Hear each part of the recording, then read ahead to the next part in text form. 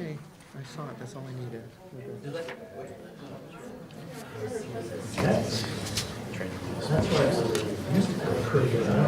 No, that is this video. And that's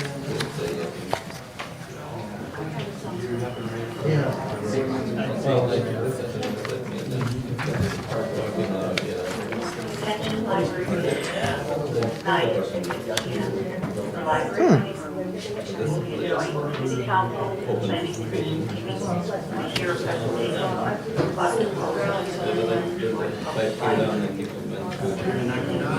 public. Also, the broadcast library cafe. Thank you.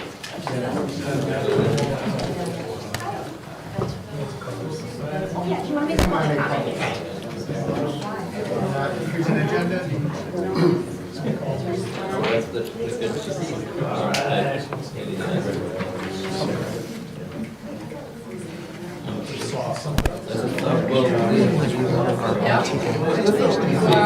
Okay.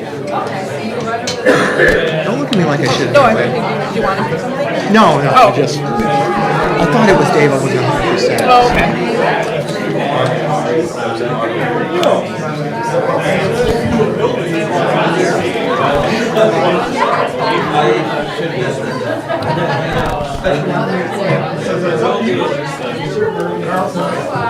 You're down.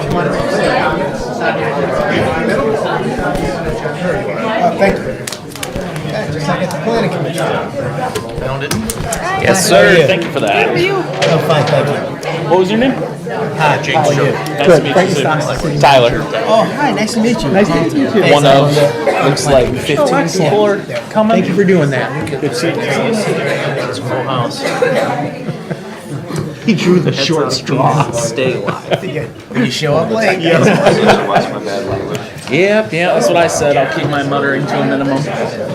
This has been a few years in the making. It's much less maintenance than shaving clean. No, this is like years and a half forced out. Yeah. Oh, hello. I just got here a little bit ago. Yeah, so I watched last planning commission. I skipped I didn't get off work till 5, so I skipped the meal. But, oh, yeah.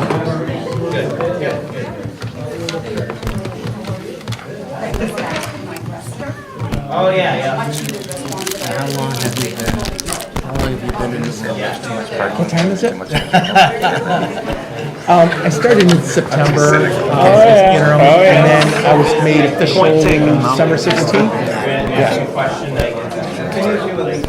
I wasn't too far off, but what time is it, right? It doesn't even look like. Are they even proposing anything? How long have you been on the planning commission? It was mentioned during the tour. I don't remember. Yeah, something like that. I know it was said. So how do you follow in the ranks of So tenure? that's for this new You about one, middle 90. road or more high end? 89, There's 9 of us. There's one. First level, second level, third level. Okay. Oh, it's 90, you're right. It looks like they are proposing one new parking Of the lot. 9, there's Yes, so at here least 2, and maybe 3 that are new. So I don't know more than Good eye. Yeah. Oh, excellent. Oh, good eye. Yep. Thank you for We'll see, giving up we'll your see. evenings. I enjoy it. Yeah, And my I wouldn't understanding keep is I doing don't it even think if I there's didn't enjoy necessarily it. a Oh, that's vote. nice. It's meaningful. Yeah, here's the concept plan. Oh, it's so Yeah. it's so important. Kind of a study Yeah, session, I agree. as it were. Hey, Rebecca, how are you? I enjoy working with staff. Good to see you. Yeah, we have a great staff. Yeah. Yeah, we're keeping busy. And the ones that aren't great, just let me know. We'll fix it. Yeah, oh yeah. This one all for pickleball courts, and they're building a satellite library and all this other stuff. So none of that's rolled into my office yet, but when it does, we will bid it. We will bid it. How have you been? I've seen you all over LinkedIn, yeah. Sorry, ma'am. You get to do it from memory. Fantastic. She's always prepared. I'm like, I was in Romania for what You're like parts a of good Romania scout, were you? always I never, prepared. yeah, I never like trust myself to do it for me. Saw someone from my old PhD days. We actually worked together. That's awesome. That's a small one, yeah. Bucharest is definitely on the list of like places I want to check out. You know what I mean? Oh my God, so you love architecture. You guys love planning, so you could. My goodness. It is. If there's a major movie, so Fall. that's what fall line is. Everything I read, I was like, oh yeah, because But probably I would imagine if I could look at LA versus a lot of I don't know, maybe. I mean, Yeah, they used to be. They used to be in the Eastern Bloc. I watched the Rockets movie in the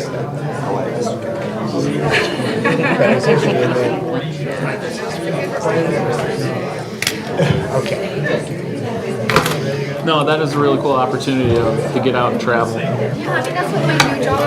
I'm back. I love, I catch out local work. It runs in my, the base of my dad, Sure. my family, but I also work. I do the whole thing.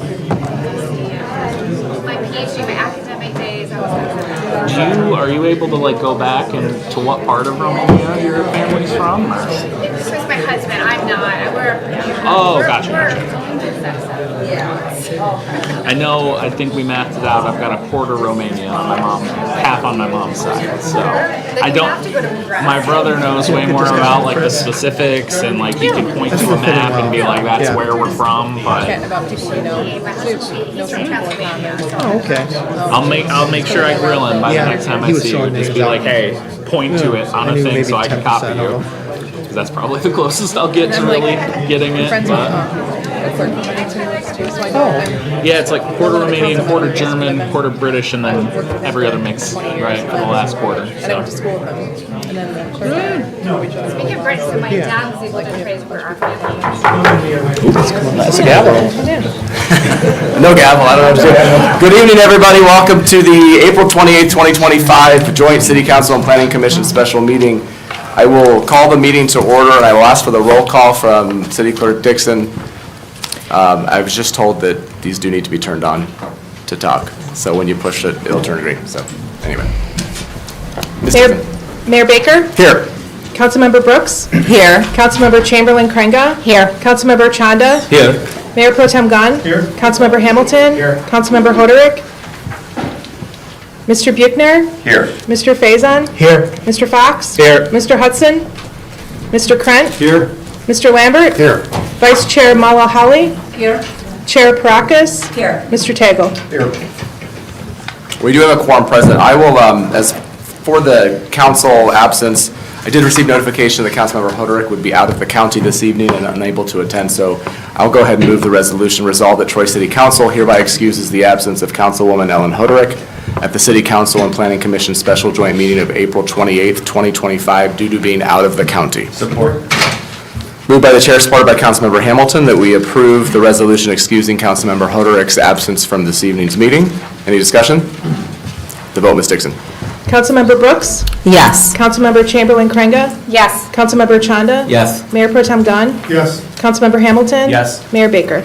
Yes, motion carries. Couple quick housekeeping items before we get on with the regular agenda. As a reminder, this is a public meeting as defined by the Open Meetings Act, which is why we have our formal agenda, and it was publicly noticed. We will have public comment and council and commission Q&A following the presentation, of course. Since we're in the library, a couple other reminders. If you need to use the restroom, it's down the hallway to the left. I'm reading this note here. If this meeting room fills up, there's a capacity of about 50 people with the tables and chairs. If it fills up, there will be overflow space with a broadcast TV. In the cafe, thank you. Also, I'm understanding that anyone interested can sign up for a building tour in May. There's a QR code if you're interested in that, if you're watching tonight and would like to do that. There we go. Those are the basic housekeeping things. Before we jump into public comment, I just want to, no, we're going to jump into public comment. Sorry. It's been a while since we've had a meeting like this. So I do have two people that have signed up for public comment. Yeah. Point of information, does the door need to be open? Yeah, I know City for a lot Attorney, if of- City Attorney Bloom was here, she Okay, would I know absolutely a lot of our already. meetings, it's open. Alan, where did Alan Mutsney go? Here. There you are, Alan. So, his back's to us, so you didn't know. Thank you, Mr. Fox. Although I think case law says if there's glass and you can see through it, that counts, but that's a whole other conversation. We'll go ahead and start with public comment. I have two people that have signed up. Was there anybody here in the audience tonight that intended to sign up for public comment that has not yet? I have Mr. Green and Mr. Colby. Okay, so same rules like a city council meeting or planning commission meeting. You're given 3 minutes. The time will be kept by our city clerk. When that 3 minutes is up, your time is up, and we ask you to complete. So first up is Joey Colby. Where should I stand? Oh, I'm sorry. For public comment, please stand at the podium so the microphone amplifies your voice and also picks it up for the viewers. Hi, my name is Joey Colby Bernard. I'm a clinical social worker. I have a practice in the city. I live at 5125 Shady Creek Drive. I just wanted to say that the library is really the heart of our city, and it's very important that we see this bond come through. We do need a new library. I've spoken with library administration, and I'm sure that, anybody who goes on the tour will be able to see that we do need a new library. It's important for our city. It's important for our residents. It's important for our children. And I want to thank the library staff for all of the hard work that they continue to do to make this library welcoming for all of us. And so, but that's really all I had to say. I also did not know that public comment would be first, or I would have, had something longer, but please make sure that in any consideration that you understand how important our library is, and that you take that into consideration when you think about not supporting building a library, how important a library is for our city and all the hard work that our staff puts into the work they do here for the citizens of Troy. Thank you. Thank you. Next up is Aaron Green. Aaron Green. I live at 1835 Westwood Drive. I'm a longtime resident of Troy. I have a degree in library science from Wayne State. I spent 11 years working in a public library, a couple of them as a librarian. My mother is a librarian. I've been through multiple building projects with libraries and bond issues with libraries and millage issues with libraries, including in this city. And I will echo the previous commenter and say that it is so critical to get the library right, because it is the heart of the city, along with the other services, of course, but the library, like the community center, the pool, the public parks, they are the third space. They're the places where people can go to get away, either just for a break in general or from home and away from work, just to have some place that they can be social, alone, study, to get resources that they might not otherwise be able to get. We are fortunate to be a fairly affluent city, but we are not exclusively so, and even within the affluence, there are certainly gaps, even just determined by age. So having that space and having those resources is so important for such a diverse city, to be able to find a place with diverse materials and diverse people to serve them, and diverse resources for them. Libraries have been shifting for years to all kinds of resources, to seeds, to Ann Arbor offers amplifiers and guitars, studio time. People have fishing rods. As a vegan, not my thing, but like anything that you want, you can come get a bag of soccer balls, media kits for people with special needs, all sorts of things, and the meeting spaces for studying and otherwise.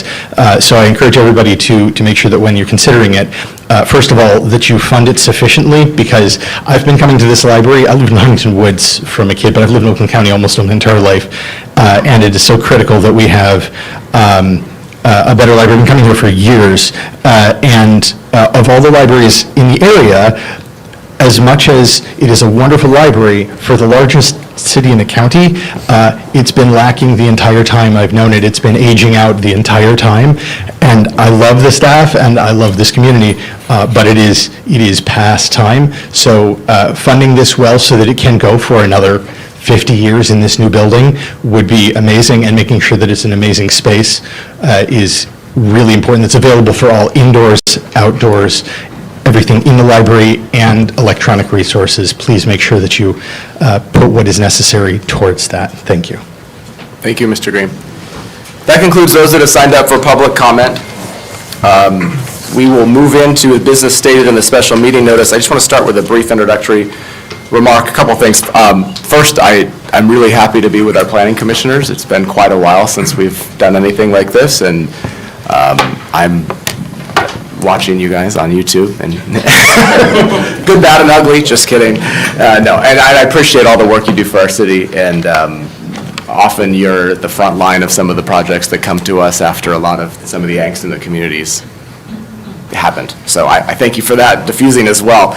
But it is nice to be here with everybody, and frankly, a little awkward because I keep thinking, well, you're used to chairing your meeting, I chair mine, and here I am. So I told Mary, I said, Mary, do you want to say anything? She goes, no, go ahead this time. But I don't need to say anything. but it's good to be here with everybody. So thank you to city management and staff for getting us all in this room and for making it happen. And I appreciate everyone who's here this evening, making this a priority and getting it on their calendars when appropriate. I also, just a couple quick things. Obviously, we're not here approving a new library tonight. That's not what we're doing.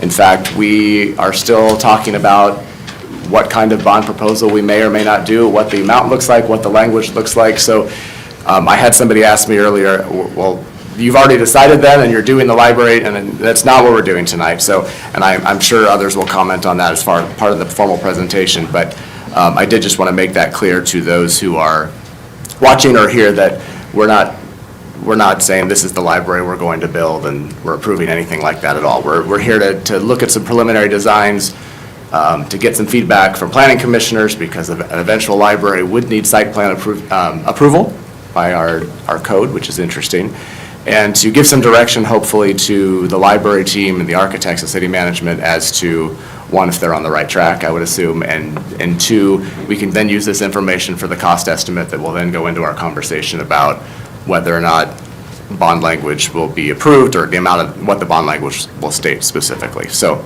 just kind of wanted to get that out there to start out.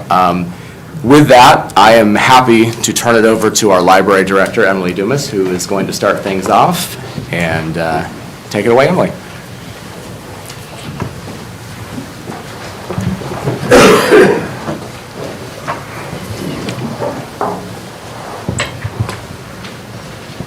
All right. Good evening. Can you hear me okay? Yep. All right. Well, good evening, everyone. My name is Emily Dumas. I'm the library director at Troy Public Library. I wanted to start with a big thank you for everyone who is here this evening. I wanted to thank our city council, our planning commission, and the members of the public who took the time to show up tonight. I am so happy to be here to celebrate this meaningful step forward in the future of the library. So over the past couple years, we've taken a close look at the existing library and the challenges it presents, both in terms of space limitations and the ability to meet the evolving needs of the community.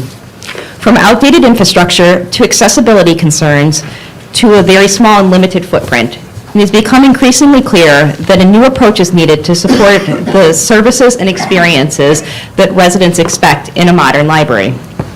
In 2023, we hired Rethinking Libraries, a library consultant firm, to assist with preparing a strategic plan for the library.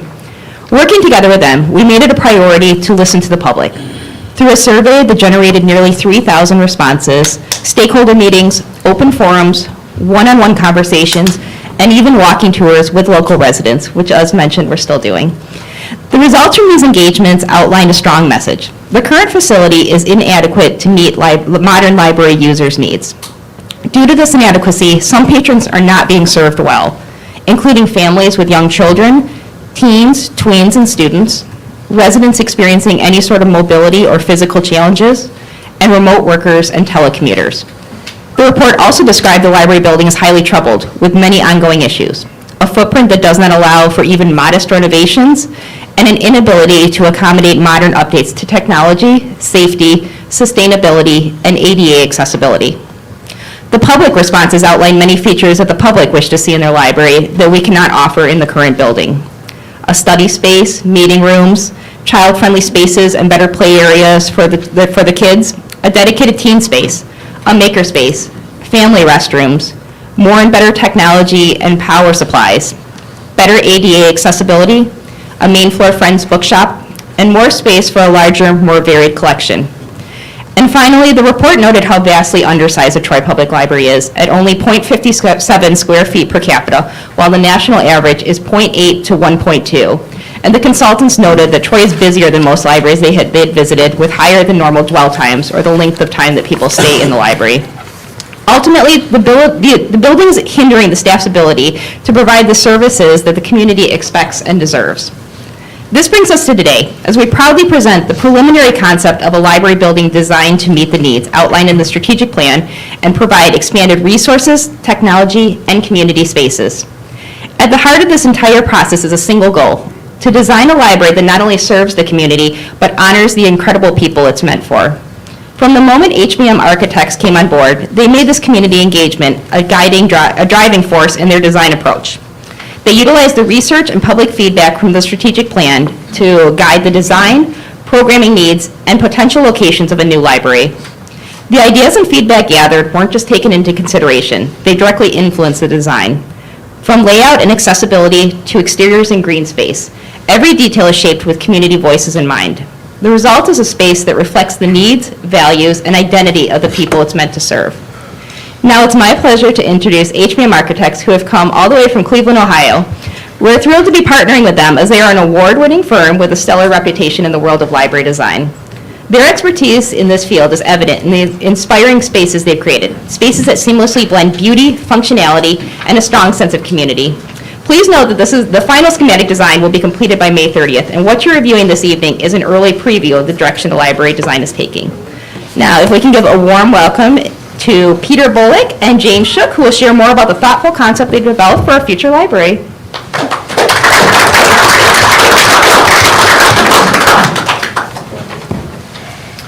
Thank you, Emily. Good evening, everyone, and thank you for coming. I'm very pleased to be here this evening to talk with you about the library. I'm Peter Bullock. I'm president of HBM Architects. James Shook is a principal with the firm.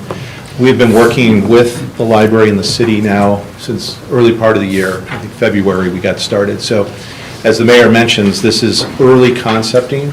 We're really excited about it, though. I think, as Emily mentioned, a lot of information has built up to this point where big shout out to the Friends of the Library for connecting the community with us and with our project teams so that we get a really good understanding of what the needs are here in Troy for your library. So even though we've only been working since February, we have developed a lot of great things. I'm going to keep the meeting brief tonight. I want to be very helpful in terms of conveying where we are at this point, and there's still a much longer road to go once funding is approved for this, where there will be a lot more communication with the users for fine-tuning the exact extent of what the library will be. So this evening, the agenda here, talk a little bit about the existing library. As Emily mentioned, there's been some tours. I hope some of you, if not many of you, have taken advantage of that, and if you haven't, please do so. I think that will help everyone have a little bit better perspective of what the current conditions are and where we might need to go with a new building. Talking a little bit about the program development, Rethinking Libraries, who was engaged prior to HBM as a library planner, who we are now dovetailing in to the overall project team as we advance with the architecture and the interiors. So we'll share the library design. Talking about context, the site, analysis of the overall area, but also our proposed site in specific. A little bit about the design inspiration, what had helped all of us as the project team thought about the initial inspiration of what the building could be and what it could bring to the community. Again, enhancing the discussion with space needs and conceptual organization of the floor plans, and then some preliminary renders that we want to share with you this evening. I think, as Emily mentioned, or the mayor had mentioned, our final schematics will be finished at the end of May, and at that time we'll have much more visual information to share. We'll also have a full cost estimate that will be tremendously helpful in formulating the future need for the bond request. So to speak a little bit about informed design. This is a snapshot of the report that Rethinking Libraries have put together in the strategic plan. I know you can't read it from your seats, but what I want to convey here is that everything in green in the graph on the left side are things that are highly desirable by your community to have in a new library. The things in blue are moderate, and the things in yellow and to light blue to the end are less desirable. And this is really important. As I was speaking with another Planning Commission member this evening, a library doesn't have to do everything for everyone all over the country. There are specific needs in each community that differ from other communities. So if somebody were to ask us, what's the latest trend in library design today because we have to have it, our answer would be, well, let's dive into the community and understand what those needs are and match those current trends or things that are future thoughts. How do they match up with what's happening in this community? So this is just a demonstration to show that there are a lot of things that had been discussed in the course of developing a strategic plan that we are working to incorporate in your library. Another metric is the size, the scale of the building. The current building here is 50,000 square feet, and there are national standards to reference, and then there are specific, more regional and local standards to consider when you look at the size of a library building.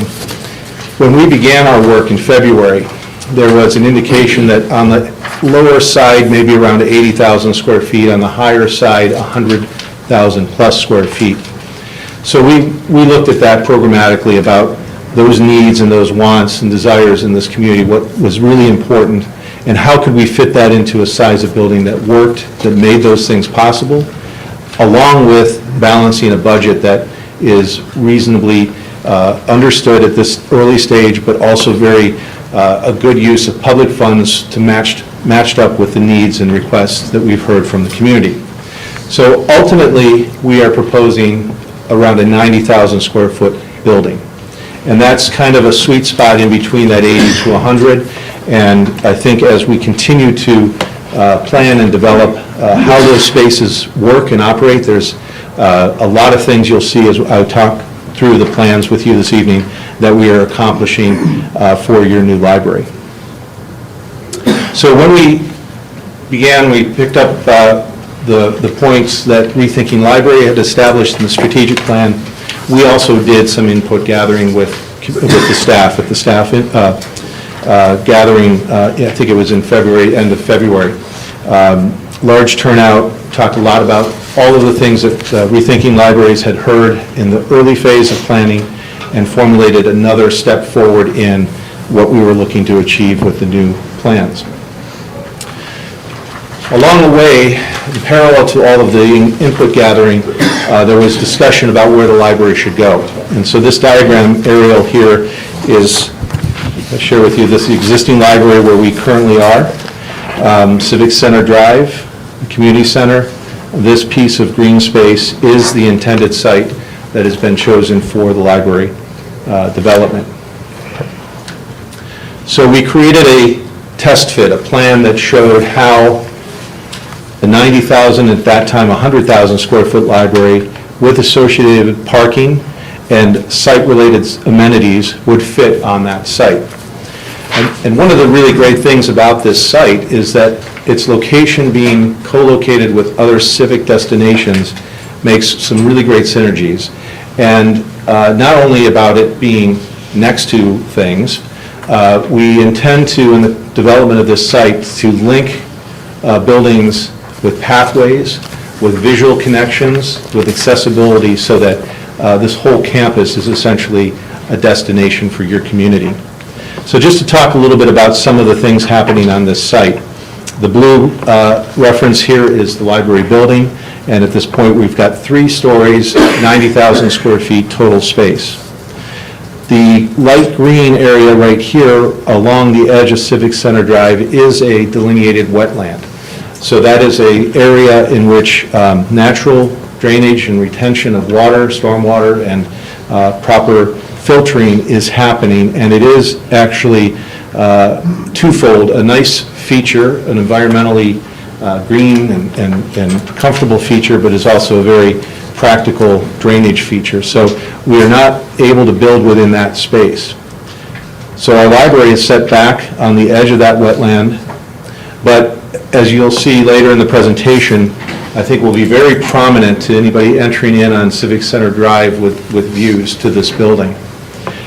And that is something we really are looking forward to, is making the building obvious to the community, making it easy and accessible to get to and to find.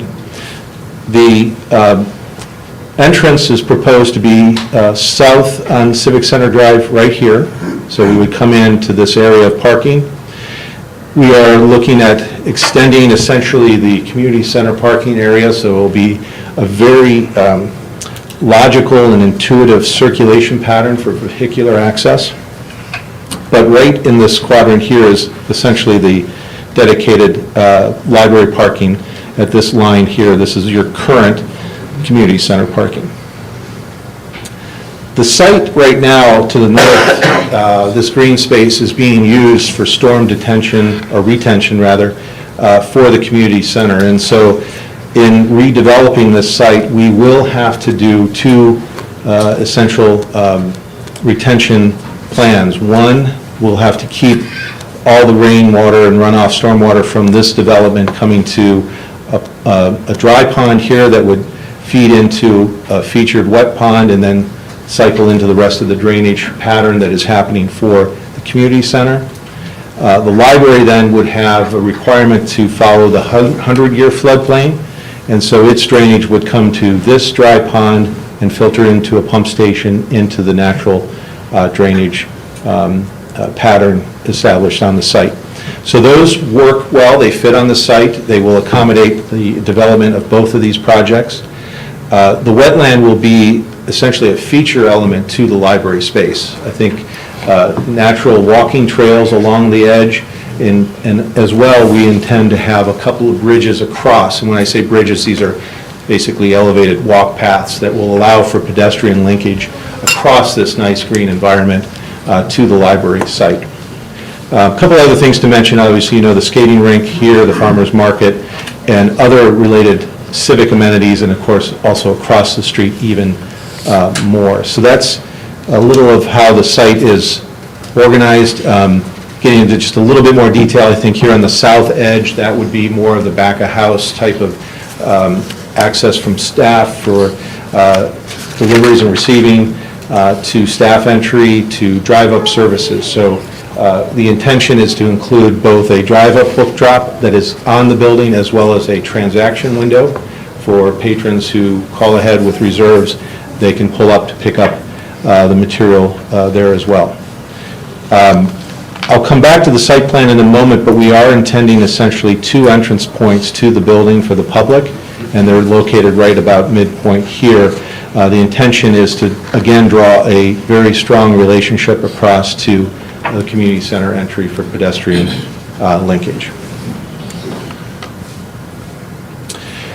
So as we think about all the pragmatic details of the technical aspects of the project, we're also thinking of the aesthetics and the image that we would like to convey to your community based on some of the research and information we have heard and developed. A couple of things to mention. Obviously, Athena and the city established kind of reference and protector of Athena, bringing strength and elegance and prosperity, was kind of an underlying philosophic association we think meets well with a library in a community. How can the library elude those same attributes? We have some inspiration of adjacent structures here, the skating rink, which is a mass timber or a wood framed structure, which then got us thinking about the library building and these three inspiration photos of projects which utilize mass timber. Mass timber is really a wood structure, wood frame structure that is harvested ecologically and it has many attributes, not to get into a lot of the detail of it, but one that is really great, in particular for a library, is that it is the structure as well as the aesthetic element of the structure as well. So you're not putting a steel column and then wrapping it with another finished material. You're taking advantage of one component that is both beauty and strength. And these are some images of projects that have a kind of a incorporated mass timber kind of view with lots of natural light, windows to see in and out and bring in natural light. Another project we referenced for inspiration was the Helsinki Central Library in Finland. A lot of our work, we look at world happenings and things with libraries, not just regional and local, but national and international. The thing about this project, it was a 3-story structure. We're not looking at it really essentially for inspirational architecture, but more for the arrangement of space on 3 floors. So the library right now is 1 floor. It's 50,000 square feet. It might as well be 3 stories right now, because what staff does on this corner of the library really is not engaged with what's happening clear across on the other side of the library. But when you look at a library that's been very well executed and how they've arranged the program on 3 floors was helpful to our project team. And I'll segue into this little map that shows kind of the breakdown of the public space on those 3 floors. So the first larger blue rectangle is the first floor. It's about 40,000 square feet of space on the first floor. It would include the library commons, the children's library, which is an extensive square foot program component within the overall program, have a self-serving cafe, staff space, and then to the north of the building, we have planned for some outdoor programming space where things happening inside the library can extend to the outdoors and vice versa. The second a little bit darker blue form is the second floor, level 2, about 22,000 square feet of space. Adult collection on this floor, teen center, maker space, memory lab, staff, and then there's also planned for some outdoor space on this second level, which would be a roof terrace. Now this floor, I'll talk a little bit when we get to the architecture of the library, in a rendering has a hierarchy to it. In other words, this is what we've been talking in terms of the planning of this is the heart of this building. It's the adult collection. It's a major material collection of the 3 floors. First floor is children's and popular library. Then when you get to the second floor, that's really the major part of collection that will happen there. And then the third floor is, and I can't see the number, 22,000, is a continuation of some of the adult space, some meeting space, and some staff space as well. And so the other opportunity we have here on a 3-story building is to kind of zone per program a loud to quiet type of activity, differing on each of those floors. So I'll talk to you a little bit about the layout of those floors. These are floor plans that are well diagrammed to include fitting everything into this building that we need to have for a functional and operational library. So what you're seeing in this diagram are shelving elements, seating elements.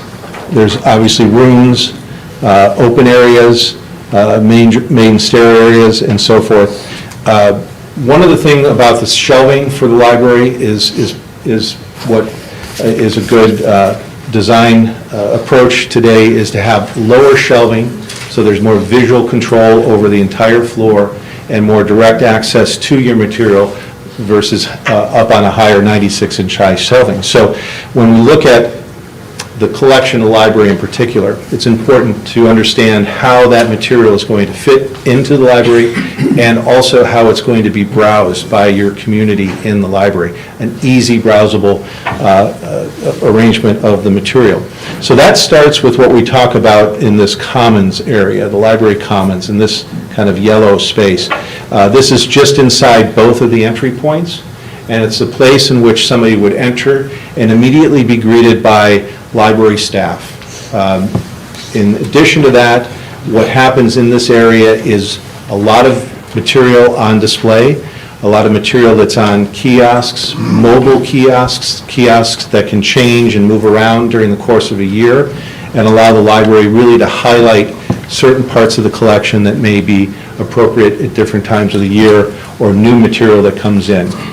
There's also a family zone right here where multi-generational age customers that come to the library can gather. It is right in front of the entry point of what happens as the majority of program on this floor, and that is the children's area.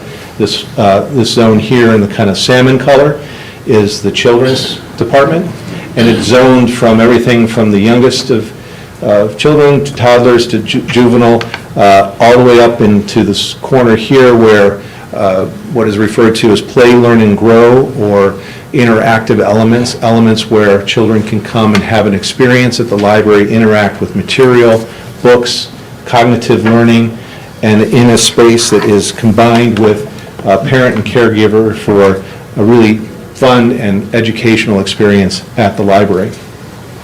Associated with the children's area are some program spaces. So as you can imagine, much like this room, a lot of programming happens specific to children's age group. That can all happen here in this quadrant. On the south, this edge here, as I mentioned when we were on the site plan, is really the staff area. It's the area where the administrative offices are, the technical processing, all the behind-the-scenes activity that happens to make the library function is happening back here. The gray areas in the plan are indicating mechanical spaces, and so we have those on all 3 floors.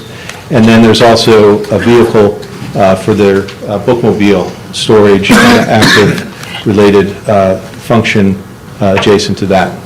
The Friends of the library have their space with storage as well as layout and browsable space. And then just one last component up here is the infrastructure elements, obviously restrooms, and the cafe is up here too in this green space as a kind of self-serve vending, a place to grab a light refreshment and have a seat at a table or comfortable chairs.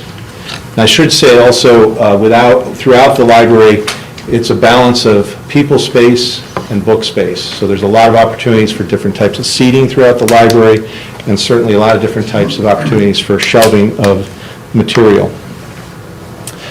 In the center is a main communicating stair, monumental stair, and there will be an opening through the floors for some visual connection from floor 1, 2, and 3.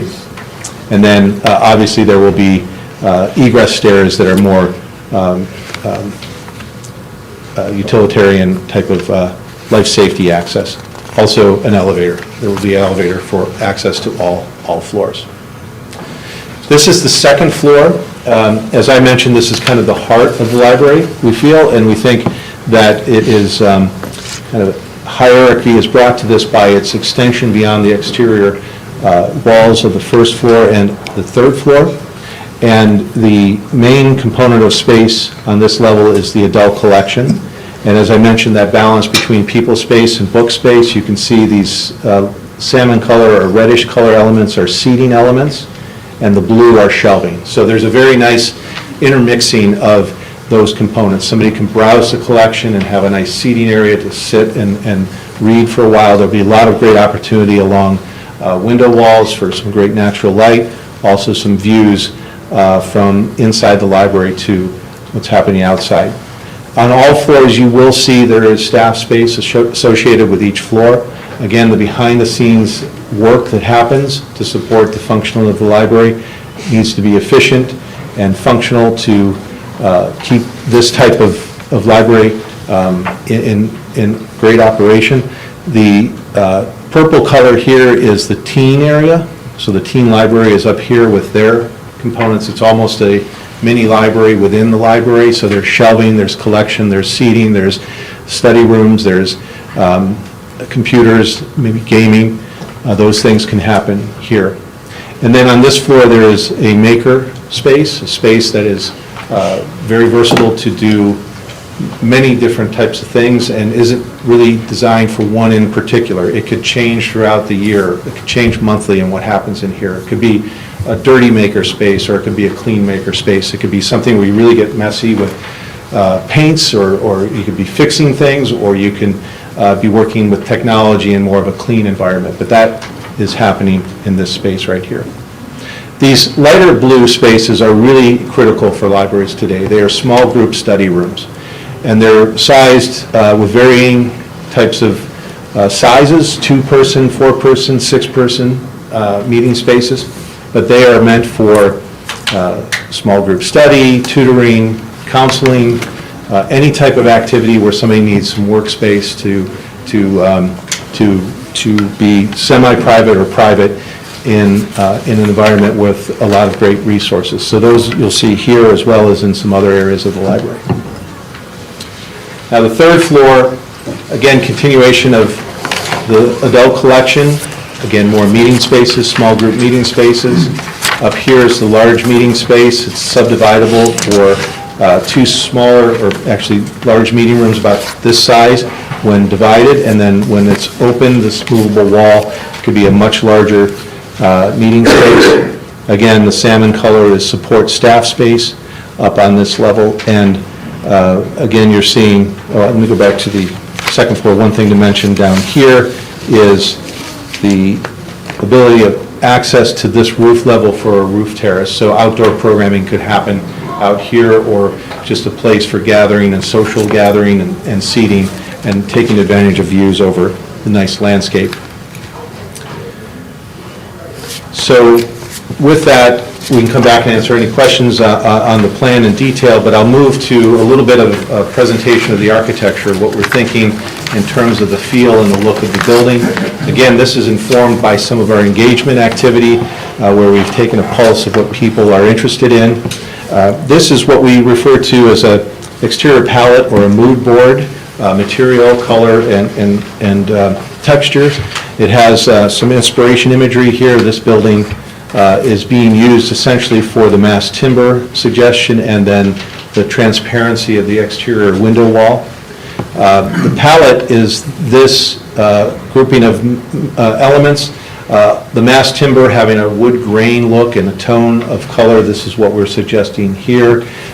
This is for the metal components in the building, primarily the aluminum fascias, the curtain wall components that are metal in fashion, with the exception of this material here, which we are proposing the use of Corten steel on a couple of elements of the building, and I'll talk a little bit more about that when we get to the renderings. And then maybe some floor material in different aspects in areas of the library. So essentially the palette was derived with a kind of tonal relationship between those elements, a very compatible palette that can work well with each of the other aspects of the library.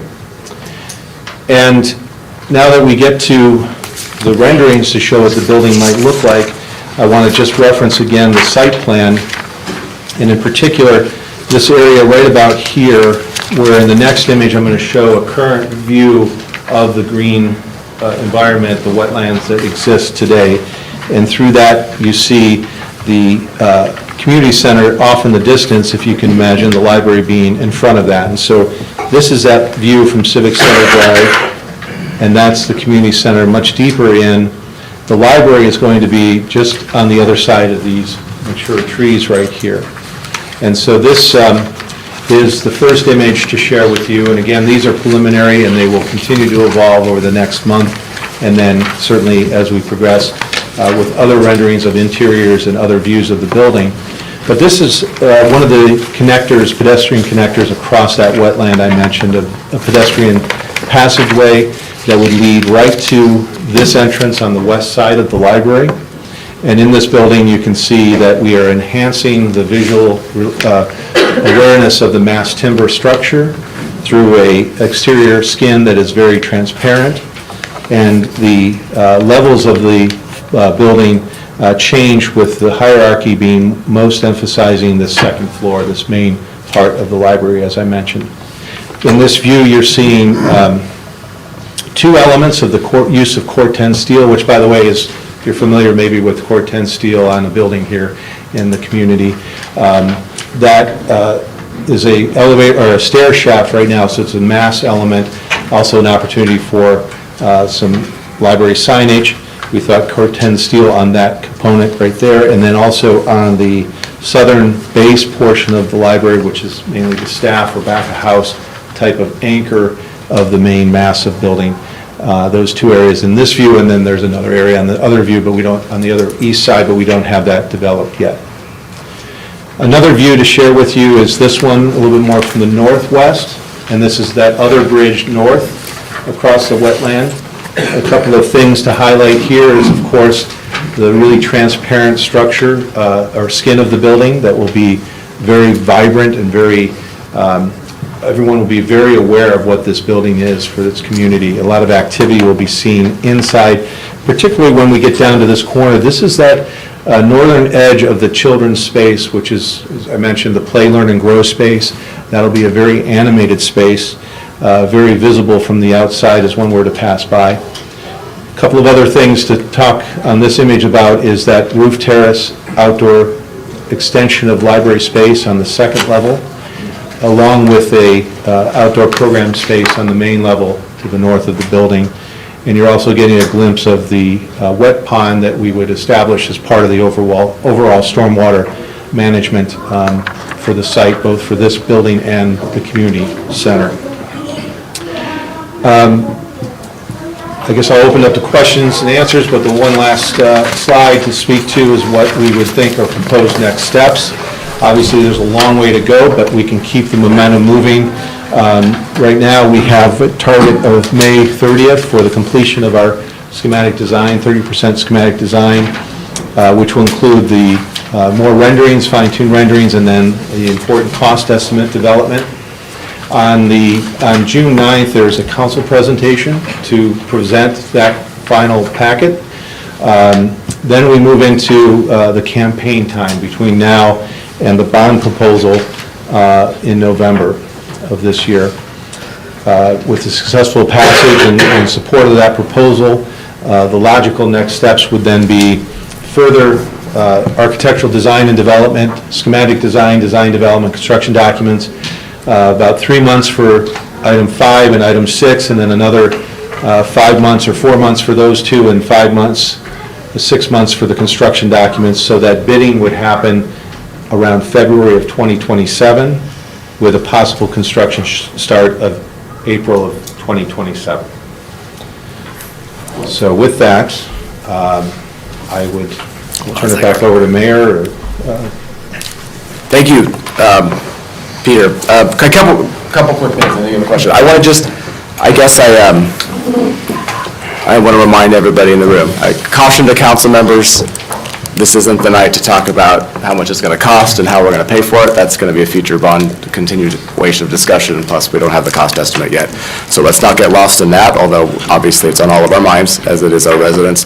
And I guess my caution to planning commissioners is a reminder that this is not site plan approval, so keep it a little, we don't have to go too deep into specifics on everything. But in council, we don't do this, planning commissioners do it all the time. You do, not all the time, but you do more give initial feedback to projects that come before you. We never get that opportunity, but so really. So I guess that's more in line, if I'm looking around the room, that's more in line what we're looking at, is kind of some initial feedback stuff, and obviously questions. So if we want to start with questions, Mayor Pro Tem Gunn had a hand ready to go right away, and I bet it's in the weeds, but go ahead, Mark. Well, the question is, I look at the standards that you have here, say for the average size for Troy's usage level, right, 1.3 for the population, you come up with 113,100. So I assume that's based on information that Emily provided, and you could say, okay. So I'm thinking, okay, are we already short of space going into the new project? And then for planning, I'm sure you guys all know the land mass we have, what's under development, how many more people can be added to the city's population, account for that, because we don't want to get into a situation, we build this new beautiful library, and then, oh geez, we don't have enough space, right? I mean, it won't happen overnight, but it could. So I do think those are thoughts that should be considered, because, I mean, that's, I guess, are we short already, 24,000 feet? Yeah, well, very good points, and I think that the objective is to see how all this comes together and fits into a building plan which we've developed. The library has been reacting to that layout of plan all along at every step, and so there's some decisions that are possible to make that say, okay, we can do this within the 90,000, we can do this within the 80, or no, we really need the 100.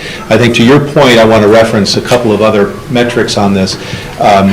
there's a low end, and these are national kind of standards that are applied to library per capita of development. So there's a low end, then there's a kind of a Detroit area benchmark that we can dial into. Then there's a high-end national standard, and then there's, when you have all of these things into factored, if we had everything we could possibly have, by waving a magic wand, the average size is what's stated there at the last item, 113. That is the benchmark we'd like to achieve, but if we can't, for whatever parameters, we have to draw the line somewhere. Where is the point in which this makes great sense to move forward with and still achieve everything we need to do? Now, we have a building currently of 50,000 square feet. So even if we're at the 90,000, we're almost doubling the size of the current building.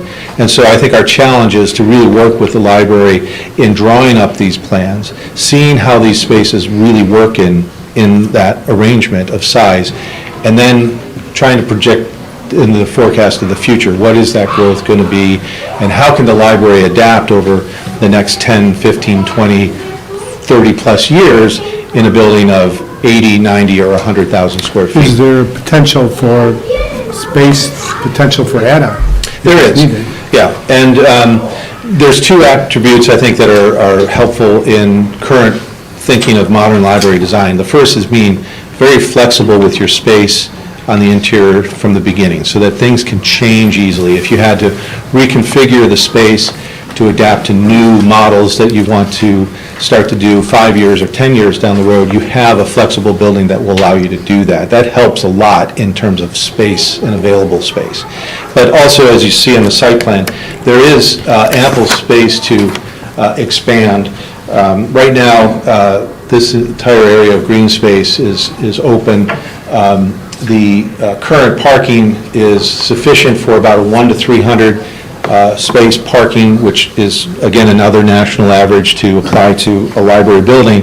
But there's a lot more overflow parking with the combined use of these two facilities, so that we can preserve green space for, well, not only programmatical green space that the library would use, but also green space that could be future expansion. Thank you. Yep.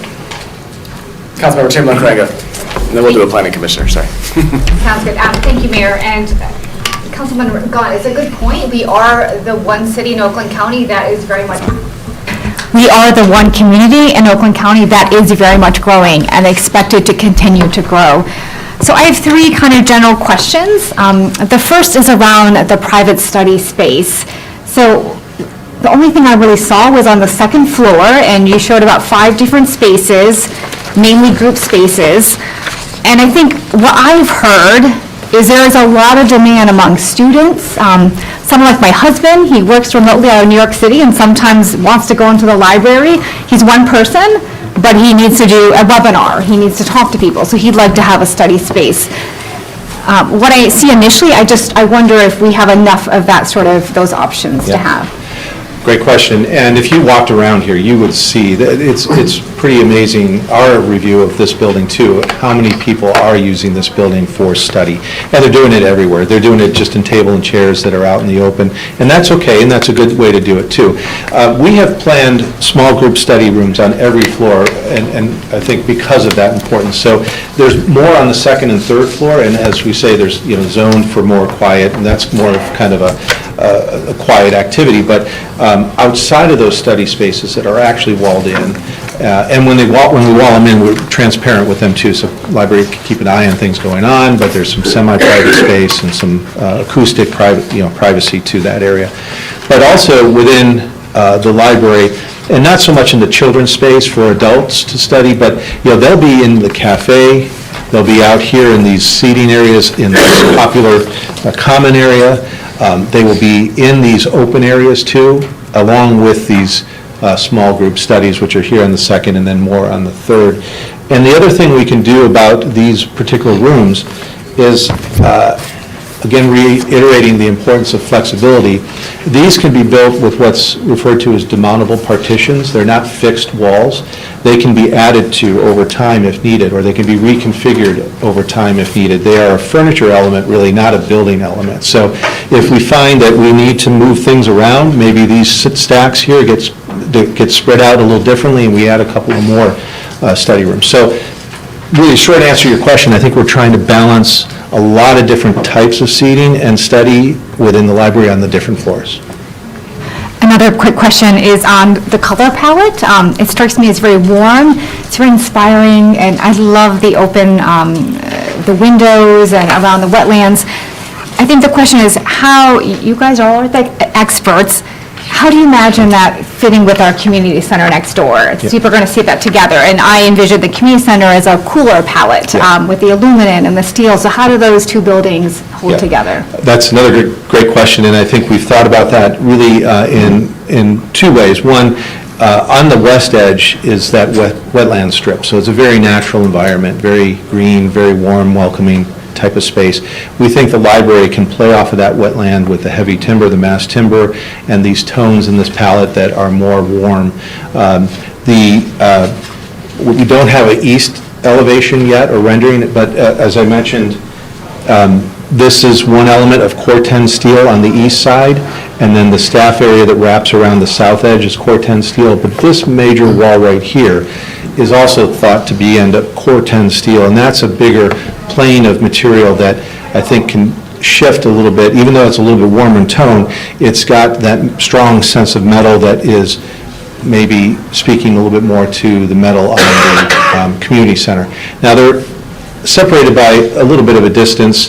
They're not immediately adjacent, but there is the, I think, transition ability through this space from one building to the next that will, I think, be a nice kind of progression as you walk from one building to the next. They're not mimicking each other, and they're not copying each other, really. They're just different, and they're different components. Like the library is going to be much more transparent, so that that you might say, even though it's in a warmer palette of material, it's kind of a cooler sense because it has that transparency to it, whereas the edge of the community center right here, particularly the gym that's right here, is really a solid wall. So I think that they will play well. They're kind of, there's some synergies to them, but some unique and distinct differences to them. Okay, just the last thing, we don't need to go into detail, but just curious, have we engaged the Troy School District yet? Just because we have a lot of synergies with the district, and I don't know if we have someone in the room from there, but at some point it'd be great to have them involved. Yeah, absolutely. Actually, so there was a lot of community engagement before HBM came on board with Rethinking Libraries. Our charge right now has been to take that data and really move this forward with this plan. What I will say is we've talked a lot about continual engagement, and so when we get to the point of really talking about the teen space and the children's space, working with the schools and the students to more gather input to inform those designs will certainly happen. Thank you, Councilmember Chamberlain Craig. Planning Commissioner, anybody have a question? Mr. Krent. Yeah, my name's Tom Krent. Sure, microphone on. I did turn it off. I can't hear you. Oh, there you are. Okay. Over the last couple of weeks, I've toured 6 local libraries around Metro Detroit, and I asked the library director at each of those, what are the elements that are missing in their libraries or that they'd like more of? And you hit on some of the great ones, meeting rooms. Like Rochester Hills, they have, I believe, 12, and they said if they had 50, they'd be filled all the time, continuously. The other thing, Southfield especially had lack of storage. So storage for, like, especially those big meeting rooms where you move chairs in and out, put them in a closet, tables. Those are the kind of big element items that they lacked the storage for. And then the third thing was, which actually Rochester has, which is a loading dock. I didn't see a loading dock in this. Can we just kind of go over some of those basic elements? Absolutely. Those are, well, meeting rooms, and whether it's a large group meeting space or the small 2-person, 4-person meeting space, I think everywhere across the country, libraries can never have enough of that. That's really the primary ask we hear about in libraries. So we certainly have those developed. The second, you mentioned, I'm sorry. Storage. Storage, okay. So not only for table and chair storage for those meeting spaces, but libraries have a lot of programs they develop. They need material storage for those programs. So we have storage spaces planned associated with each major meeting room or program space. So whether there's children's space, the storage for that particular area is right in this zone. And then again, other storage spaces for Maker in this zone. And one of the things we'll talk about in much more detail as we continue with the plan is how do you function, what do you need to make things happen in your library, and storage is a big part of that. The third being the loading dock. Here, we don't have a loading dock. Deliveries that happen for the library are more small vehicle, and they come in and out of the staff space. Here at delivery entry, there is a bookmobile you may be familiar with the library has. There's a garage space for that. The loading dock in this particular development hasn't been something that has been talked about as needed, but we can continue to talk through that as in the future if that is something to work in. But right now, it is not thought to be a component needed for this building. Thank you. Mr. Fox? I was told that these are just working. I don't need to hit a button, are they? Okay, I'll go for it. I very much appreciate, I like a lot of this design. I like a lot of it. I think it's a really good first look at what we're talking about, what we're getting at here. I appreciate a lot of the presentation, specifically the references to, using mass timber, et cetera. One of the topics that we talk about in the Planning Commission is kind of finding this balance of building things that are more ecologically responsible, more green, while also not blowing the budget out of proportion, finding that balance between the two. Would you just take a moment, I know you mentioned mass timber, I think the preserving of the wetlands and potentially even, I love those paths. I can see little education stations or something along regarding the wetlands. Could you just speak to other ecological considerations that you've made thus far and that you're considering going forward into the design phase? Sure. Absolutely. I think the objective is to have a very sensitive building to the environment. So everything from the hard components that go in to create the actual form and structure of the building to the infrastructure that operates the building. So mechanicals are going to be high-efficient systems that are sustainable. The envelope of the building, a lot of glass, will be very high-performance glass so that the cooling and heating loads are not stressed and that glare is kept low, and those components will be carefully considered. I mean, ideally, a library really likes to have transparency, visibility to its community, not only for advertising of people passing by to see what's going on and be drawn in, but also for people that are seated reading. They can have a nice diffuse light coming into the windows. So transparency is huge, but how do you do it in a way that is environmentally sustainable? And that's something we'll be very paying a lot of attention to. Back to the mass timber, as you know, it sounds like you're familiar with that. Again, it's sustainable because it's forested growth that's controlled. It is the aesthetic as well as the structure, so you're not producing yet another element that has to be made and consumed raw material and energy to use and then put in. And so that is probably one of the most significant features of this building, but everything else that goes into it, recycled material, a high efficiency systems, and performance glazing will be all thought about as we develop the building. Thank you. Mr. Faison. I had a question, it was similar to one that was asked earlier. One of the things that, it's context. One of the things that we ask for and see it in site plan approval, and I know it's not site plan approval, is the context with what exists today. So just trying to understand, you talked a little bit about the community center. Is it also connected to some of the parks, like the skating rink and some of the other parks on that same site? In my opinion, I think the community center is a little bit of a unique thing on this overall campus. I think we are reacting in our building, when you say contextual, I think that's very important to us too. I think we're taking what I would see as the hierarchy of what people will experience. So Civic Center Drive is where everybody's traversing. They're coming into that point. The first thing they really see is the wetland area, the natural environment. And so we feel, and it was asked of us very early on to make that building very obvious to people coming in Civic Center Drive. Well, we even thought about, or before there was understood delineated wetlands, we thought, well, maybe we'd clear some of this so there's more view to this. Well, in absence of being able to do that because of the protected wetland, we are working with that fabric to create a building that is very compatible with that first view into that. And then as you continue north through the outdoor space, the pond, and then you get to the skating rink, I think that contextually those are all very relatable.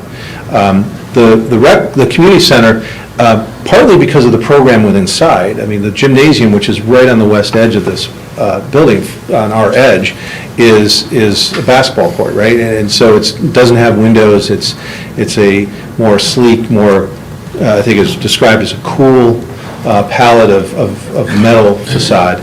So that, in our opinion, is the secondary contextual element, perhaps, than what we might consider as the primary along this main artery. And then the second question I had, and I was just curious, you have the pass across the wetland, and do you see that as a primary access point, or is it more the parking lot from the community? I was just wondering where the people will come that are traversing across the wetland. Will they be parking across Civic Center Drive and coming up, or Could be. walking? I'd say on a daily basis, most people are going to be coming in to the parking area and accessing from the east side of the library. However, there is some talk about perhaps adding some parking along Civic Center Drive. It's a two-lane, two lanes each direction, that we could possibly do that. And so there may be people that park there and come to the library. But I'd say that the primary value and great benefit of the west side of the library is that when the adults might want to come from the popular commons of the library, they can come out here and they can walk along those wetlands.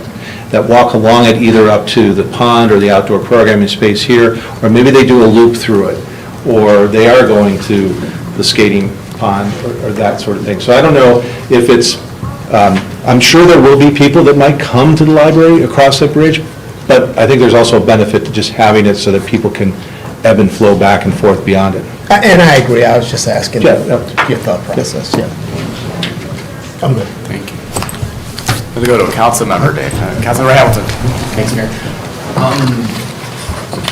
I know one issue with the skate park is the parking.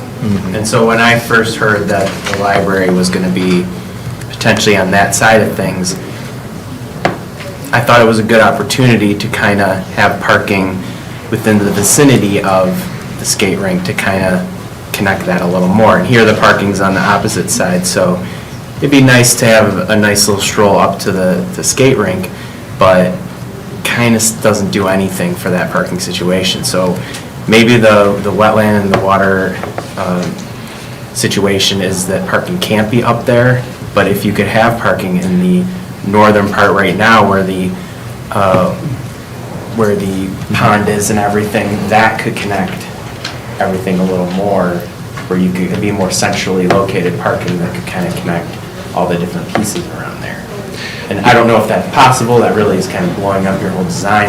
Well, yeah, That's I mean, the there thought is- I had was like, I see all these people crossing the street to get to the skate park, Yeah. and I'm like, I hate that. I wish there was more parking available on this side that doesn't require you to go so far. I mean, I saw people out there skating today, so that's always on my mind, is how the whole thing connects. So is there flexibility there, or we kind of? Yeah, there is, but I think one of the things, and we talked through that with the committee too, because we were made aware of that concern, and I think part of the parking on Civic Center Drive is an attempt to help with that. Yeah, that would help. This stormwater is, the natural grade of the site is to here, this is already taking the 10-year flood storm of the community center, which we're going to need to enhance in this process, because this is essentially an all-green space that we are now building, parking and building on. So everything for the library is going to be under a 100-year requirement. So unfortunately, that area is really earmarked for that, and I think the hope is that this might help. There is also, the idea that Alan. I don't know how likely this is, but we are working through some avenues to see if we can't reconfigure that wetland a little bit, so that maybe there could be some more parking here, but there's a whole process for that, as you might be aware of. And another thing to keep in mind is part of our capital bond discussion and future capital expense is potential expansion of the community center. Those gyms that you're talking about are used so, just like our demand for meeting space is crazy, our demand for gym space is crazy. And part of the conversation is, do we want to include that as well? So naturally, look at the community center, where is that expanded gym going to go? We're going to start encroaching over there. So I want to keep that in mind, because that is something I think the community wants, and that may happen as well. We'll see where they're at, but I want to keep that in mind as well, because that is something that might need to happen as well. Yeah, and we are aware of that. We were made aware of the potential of that expansion, and it could happen here off the current gym wall here. So there is the potential for that to happen, should that be in the cards down the road. And another thing, don't want to ask too many, but I've talked a lot about the library and the community center with Friends of Troy seniors, who are a great group in our community, and the need for meeting space for our seniors is astronomical, even now. And I see the new design, which is beautiful, but all the meeting space is on the third floor. I know we have an elevator, we've got stairs, but in our current library, we have this room, we have that small room there, but it's first floor. It's easily accessible for any seniors, for people with disabilities. I would be, a huge chunk of the first floor is for kids' space, which is great, but I'm wondering how, and I guess that's a greater discussion, and all this is kind of going to be discussed, and even after, if a bond were to pass, that would still be an open discussion, but to not have as much first floor meeting space as we have now is definitely something that popped into my head when I saw that, because that's something I've heard a lot of, like, it takes, to reserve these rooms is really hard and takes months and everything, so I don't know how you would do that. I have no idea. I'm not that kind of engineer, but it's a puzzle. It's a challenge. Those are further discussions to continue to have. I think there's always pros and cons, and so every library we begin to work with, the rope is pulled. Either do you put children up and then you struggle with parents with strollers occupying elevators to get to that floor that they need to go to, or do they have that unrestricted so they don't have to deal with the stroller, and then the adult spaces are on the second floor. It is a pro and con discussion, but we will continue to work through it, and as I mentioned, someone asked about engaging with the students. We'll continue to engage with every demographic of the community as we evolve with this plan to make sure we're considering all the alternatives. Yeah, if what you're saying about the flexibility of the space and the walls not being permanent, that could give us opportunity to kind of learn as we go, have the new library, if the demand of the library is in a certain place, we could rearrange. Having that openness is important to me. I know we're not supposed to talk about costs, but as we get into that discussion over the next month, I do want to know where the flexibility in cost is, because whatever it comes up with, if there's a way to adjust that up or down, as Mayor Pro Tem Gunn mentioned, if we wanted more space, what does that look like? If we want to bring the cost down, what does that look like? I'd like that idea of a range, because we have our estimates, we have our range of what we're asking for in the bond, and so I want to balance all the needs of the community when we're talking about that. So it's really important that we have that flexibility as we get to that discussion. I know we're not going to talk price today, but it's on the back of my mind. I'm like, wow, this looks beautiful, and then I'm like, we also have roads that need fixing. We also have parks and fire trucks we have to purchase. So I'm trying to balance all that in my head and want to know where the flexibility is in cost on it. Understood. Our next effort in this month of May is to get into that cost development of this design. So that'll be available at the end of May. Okay. Thank you. Go back to Mr. Lambert, or over there, sorry. Go ahead.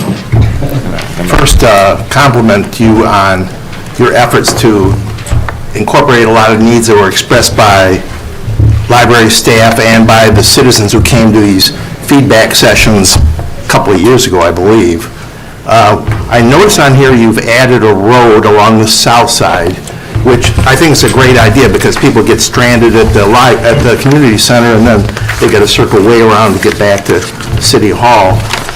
Was that something that city staff recommended, or was that something you guys just thought was a good idea? Well, we've been, since we started in February, we've been talking bi-weekly with our extended team, including city staff. I think it just evolved as we started to look at, well, what's the best approach to this building and how do we combine the parking lots and make it intuitive? And you know, I think when I say intuitive, what we don't want to do is create a lot of spaghetti of people coming into a site and not knowing how to circulate through it. So it really became apparent to bring this road and align it right here. Now, the curve happened essentially because of the edge of the wetland. Yeah. And you know, so our first intention was to make an easy, accessible, and understood parking lot. But the curve is really elegant. It's going to be a nice approach. It's a softened curve. You're going to be able to come in, and the campus is going to unfold as you pass in through. So a collective effort with the development of the whole team. Thank you. I'm going to come back to Ms. Parakis, and then I'll go to you, Harold. Okay, thank you. A couple quick questions and then a comment. The quick questions are, you didn't talk at all about a basement. Is there no contemplation of a basement? We contemplated it. We talked about how the infrastructure of the building would operate, whether we did a basement or we did rooftop units. Collective decision was to have neither, so we have ample mechanical space within the building, and then we will have a field on the exterior, the south area of the building where we will have a chiller unit. And so there was discussion about that, but consensus that was not preferred. Okay. Next question is, you talked about breaking ground maybe with a goal of April 2027. Can you give us an approximate estimate of how long it will take to complete the project? You mean for the construction beyond that? Correct. Yeah, so we didn't want to really venture into that because I think that to really plan that out, there's a lot of things that have to happen, and particularly that's more in the realm of the construction development. Maybe there's a construction manager that comes on board early in our process that could help map that out. But if you thought about this as a typical 90,000 square foot building, it's probably 18 months plus on construction. Okay. It could be accelerated, it could be lengthened a bit too. I think 18 months might be a good placeholder at the moment, but again, we want to go through a lot more of the development of what this is to be able to say, you know, I think we're absolutely more confident on the time frame of what it will take for design and documents between now and April of 2027. But what that ends up being that goes to construction is still much earlier. Okay, understood. Fair enough, but that gives me an approximate idea. And then the last, I guess, more of a comment is, we often talk on planning about access and circulation. So we just talked about that road. One thing that I will be thinking about as a planning commissioner, I guess, is just making sure that the road is actually a road, so people aren't using that road to get, I mean, I'm sure they can use the road to get to the community center, but just so they're not driving through parking lot to get to the community center. So there needs to be a lot of thought going into how that's going to work, because currently, the access to the community center, to me, is a little bit weird, that you have to go around and come, you know, you can't just turn into the parking lot, you got to wind all around. So people might prefer coming in off Civic Drive, and then I just want to make sure, I mean, I love the idea of shared parking, but I just want to make sure people aren't driving through parking lot. Yeah, a great point, and actually, we have that same intent, although our diagram here kind of has the two aisles of the parking lot here kind of ending without any definition, but I think the idea is to have a defined path for that road, whether it's a road or, you know, and we do have two distinct areas of parking for the library. This down here in the south, we basically see as the overflow parking, the majority of parking on a daily aspect would be up here in the north, so. Okay, thank you. Yep. Councilmember Tanda? Yeah, just first of all, a comment. I mean, very nice, impressive design. I like the timber structure especially. Looks beautiful from outside, so look forward to seeing more details of that. I understand it's always a compromise between different needs. In my mind, I see the group study area. I mean, if I get the color coding right, that's the light blue type thing, I guess, that's, Yes. yeah, so is that in the second floor and also on the third floor? Right. So it feels like it's little less than what, again, it's a compromise between, so I'd like to see probably a little bit more based on the feedback I received, and in our study, it's also in the high priority. Yep. Another question I was going to ask is, I also see people looking for, like a project area, people, like a robotics team sometimes meet, and is that the green thing? Okay, that makes the space, okay. Yeah. How big is that, I guess? Jamie, can you see the square footage on there? I guess it's there. I mean, okay, I see it. 1,200 square feet. Okay, yeah, that is nice, I appreciate that. Almost as big as this room. That's big, okay, that's perfect, okay. Thank you. That's nice, yeah. Okay. Is this available in soft copy available? I too? believe it will be issued with the final transcript of the meeting, correct? It'll be a late submittal, probably under meeting archives, I'm guessing. I'll look at the city manager, yeah. Yes. Thank you, yeah. I also, like Councilmember Hamilton, look forward to seeing more details, which walls are flexible, what can be moved, because at the end of the day, we have to probably decide on a amount, right? And that, and some expansion plan, you may not be able to afford it today, but like what Mayor Pritam mentioned, in the future, 10 years from now, we should be able to expand it. So, but thank you, it's nice design. Thank you. Appreciate it. Thank you. Yes, Ms. Mahalal. Thank you very much. The design is really, really warm and pleasing, I must say, and the glass facade just adds so much of newness to the city of Troy and the central area that we have. During the library tour, two things came to my attention, and I did ask Emily about it. One is the number of hired staff that are almost all the time in the library. And of course, we have volunteers who come in, help. Do you have space for all the current staff for their storage needs? Because I know they are cramped currently where they are located. They are cramped, lighting issues, storage issues, all of those things. And to piggyback on that same thing, I know you mentioned about all these different usages, but I did not hear a technology space, because that technology space that we have here also is pretty well used and very busy too. Yeah. So if you could talk about both of those. Yeah, sure. The technology space, that's my oversight. It's filtered throughout the library. It could be in a controlled room like the maker space, or in computing stations, or also, flexible in anywhere in the library. What we intend to have is power at every kind of furniture piece or table, so that people bringing their own devices have access to power. Of course, they'll have access to Wi-Fi. And that will happen in many different areas throughout the library. So technology will be, we have a technology consultant too that's very well versed in library design. We've worked with over many projects that will be dovetailed into the whole progression of that discussion. As far as staff goes, we have worked with Emily and Philip to make sure that there is appropriate staff on every floor to handle the programmatic activity of that floor, which includes work area as well as storage area. I think that we have a kind of a written program that identifies that in a quantitative way, and now we've shown it in a graphic way. But what we've made sure we've expressed to them as well a lot is that there will be a lot of time to work with the staff to make sure that those spaces are designed appropriately for the functions now and into the future. And so everything that we're doing right now doesn't have to have every answer to it right now. What we need to have right now is to make sure we have enough allocated space for staff on each of the 3 floors, and that's what we have. Just a clarification that I seek. I probably should have been more clear when I said technology space. I'm talking more about the bank of computers that we use for technology training. Yep. So there's a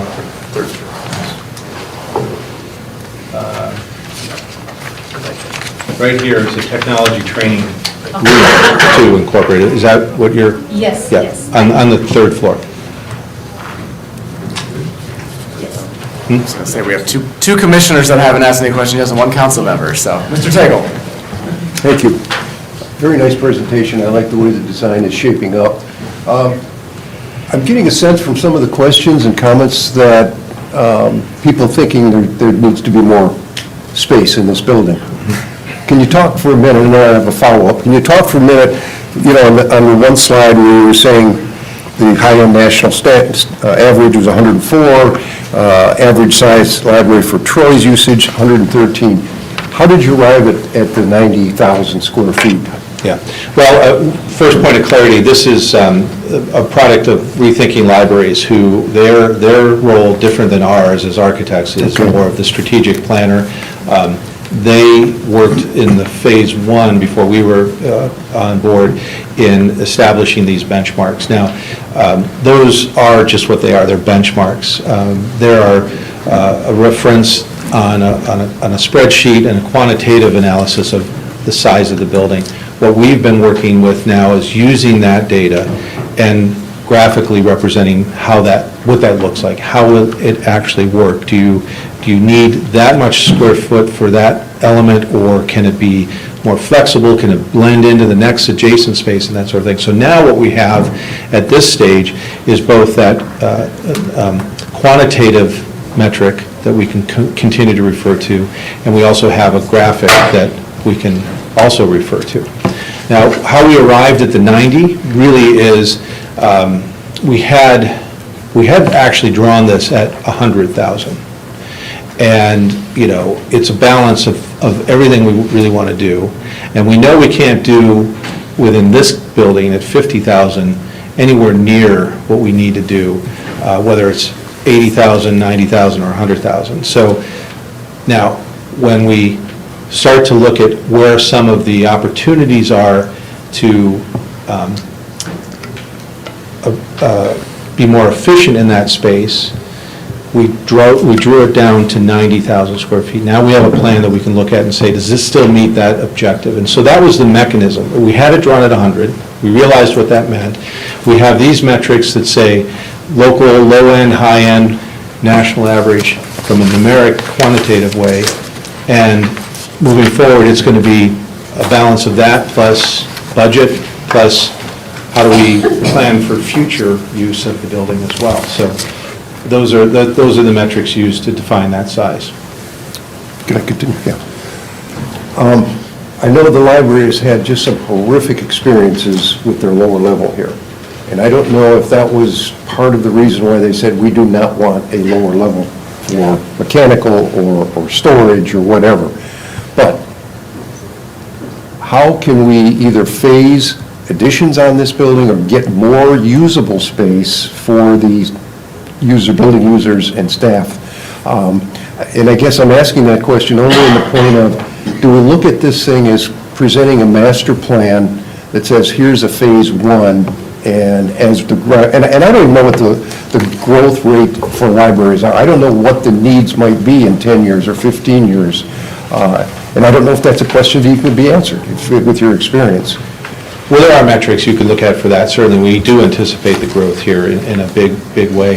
I think that, there was a deep analysis of this building. We didn't do that, but it had been undertaken.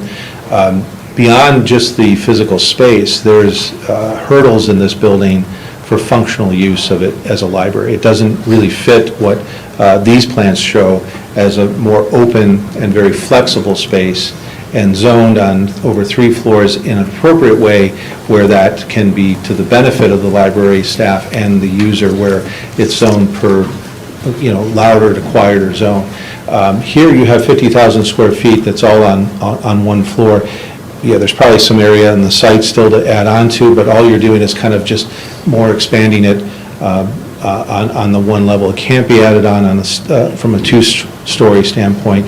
And as far as the basement goes, great space in libraries is really a lot made by natural light and views, and so there's a lot of limited area that you can really effectively use in a lower level basement space for Yeah, libraries. I was thinking more back of house and mechanical, free up space that now is in the first floor footprint, or maybe some other areas, so that, again, what I'm hearing is that we want to consider that there's enough meeting rooms or whatever it might be. And I know there's a limit to how much you can build in this space, you know, whether it's because of the wetlands or the parking or whatever it might be. So I'm just trying to think through what other options might there be to put a little bit more in this building. And your question too, in your prior statement, what you were asking was what drove the decision not to have a basement in the new design.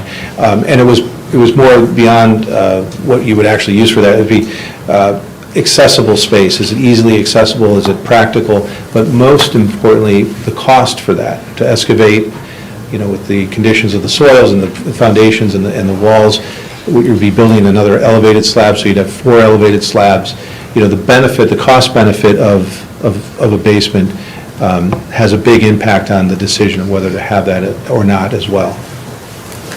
Okay, well, again, I guess I come back to some of the comments I've heard. Yeah. Do we have enough of this, or do we have enough of that? And if that's projected out into the future in 10 years or 15 years, can we say, yes, we do? Right, I understand. Thank you. Councilmember Brooks? Thank you.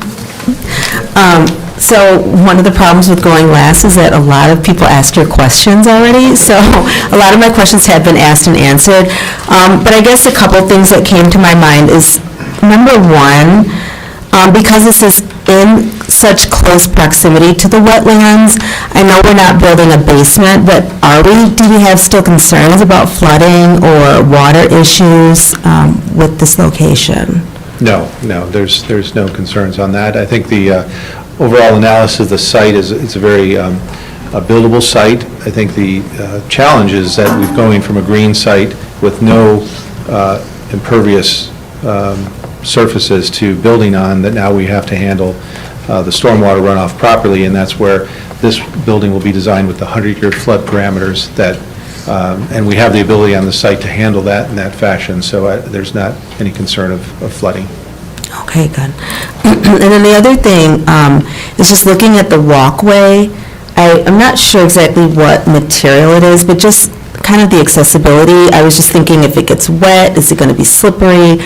You know, people are pushing strollers, or if they're in a wheelchair, is that really accessible for them? Mobility issues, just some of those kinds of things. I don't, you know, just making sure it's not a slippery kind of material. I appreciate that, and I should also caution too that this is a preliminary rendering. Sure. We've done walkways like this through wetlands that are really great spaces. Somebody mentioned kind of learning stations too along the way. But what you don't see really in this rendering yet, because it is an early rendering, is there would be a curb on the edge of this. It would be a product that would be traction-proof for non-slip surfaces.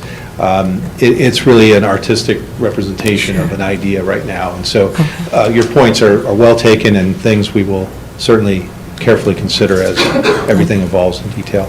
Thank you. Mr. Beekner, do you have any questions? Yeah, 2 questions. Square footage outside, approximately?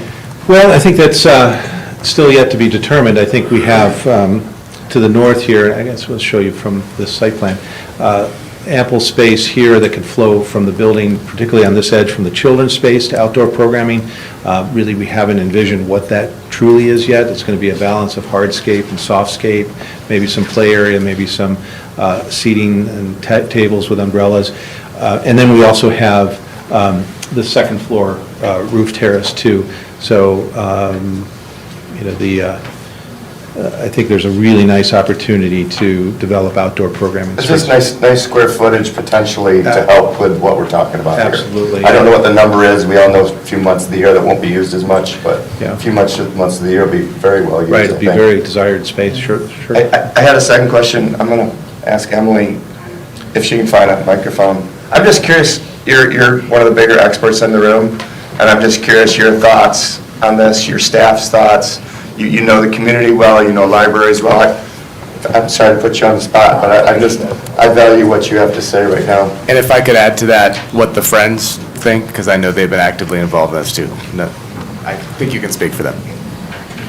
Well, I can say that we've gotten a lot of staff input throughout this process, and HBM has as well. We did one of our professional development days we devoted to getting staff input. So we did the sessions where we get the posters and we get the stickers, and staff had a lot of input on what they wanted in their building. Also, too, it's something that we've really been thinking about for the last 2 years now since the strategic plan. And when it was laid out for us, all the deficiencies in the staff spaces, it weighs heavily on us, and that factored a lot into this design, making sure that the staff had adequate spaces. And we're going to continue that engagement with the staff as we get into more detailed designs. But overall, I know that, Philip and I have both served on the committee working with HBM. I'm thrilled with the design, and obviously it's not finalized yet, and there's some things we still need to work out, but I think it really answers a lot of the staff's needs, but also the public's needs as well. I think they did a great job of incorporating in pretty much everything that we asked for initially and making it work in the space. So I'm very happy with it. And just speaking for Philip, I know he and I talk and he's happy with it. And yes, the staff hasn't seen a lot of it yet because it's still so early, but so far too, I think it's just done a great job of really applying everything that we've asked for. I like Ethan's question about friends too. Can you elaborate on that? Did the Friends want us to? Yeah, well, we're working with the Friends to just make sure that we maintain, they do such a great job with their business that they run. We're currently in the basement. And it's a big operation too. And one of the things that we went into this wanting to do was really centralize their operations because they are so spread out all over the building right now in different locations.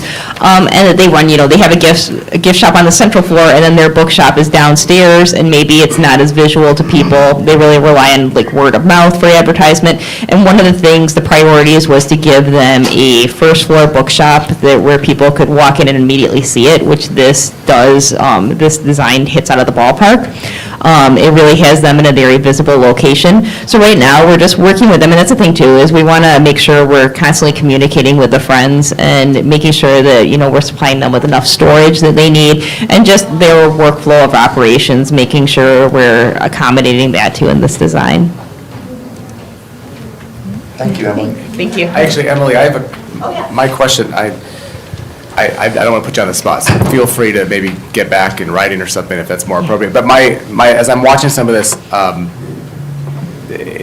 how much contemplation has gone into additional staffing needs for a building that's 80% bigger than what we have now? Obviously, you don't need to match that because I'm sure, employees can work in more space and it's fine. But I'm just curious if you've given much thought to additional operational costs for a building that's bigger, what staffing may look like, and how that may play into, if that's a factor that we need to be considering when we're looking at what we're potentially building.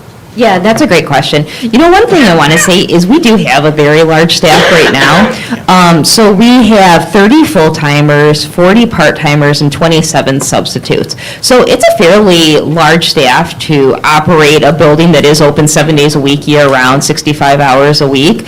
What this building will mean is definitely a lot of change in how they operate. And that's something that we've already started talking to with staff because, there's going to be some changes. If you have adult services split between 2 floors, that will change how they operate because right now, they have, again, kind of the centralized location for adult services and the staff is able to work out of one office. This would change things where you would probably need staffing on the second floor. I think it's a little early to determine if that would mean more staffing or just a reorganization of how we staff certain areas. That's more what I'm leaning towards right now is I think we have the numbers of staff and the hours of staff, like the manpower, but I think that it will be working with the staff to just kind of rethink how we do things. And that's something where, we still work with Rethinking Libraries, our strategic planning consultants, and they've talked a lot about how libraries are operating right now. They worked with libraries that operate on 3 stories, and they said, yes, it will be different, but it's definitely doable. And my staff, I have full faith in them, that they're such a great group that I know that they'll be able to rise to that challenge. Awesome, thank you. Everyone's asked a question. I wanted to, at some point when we're ready to finish, I wanted to give everyone a chance just for kind of a 30-second closing comment if they had one, but are there any more burning questions that came up? All right, so if we could, I'd just like to go around the table, and if you want to take 30 seconds and share your thoughts or say, never mind, I'm good, that would be fine. But let's start with Mr. Faison. I like the building. I like the design. similar to what Mr. Tagle said, it just seems like there's a lot of discussion around the sizing. So that would be my only concern. I already gave my comments, so I think it looks like a great design, so thank you. Same here, I'm impressed with the design and looks from outside. Looking forward for details and hopefully the cost, because that's, I know we're not supposed to talk today, but I silenced you. I know, I silenced everybody back us. I didn't mean it like that. It's an important thing we're going to talk about, yeah. Again, just to reiterate what everyone said, I love the warm tones, all the earth tone colors. It goes well with the look of our civic center as far as I'm concerned. I'm just really pleased with everything. So I'm looking forward to making detailed comments as time goes on.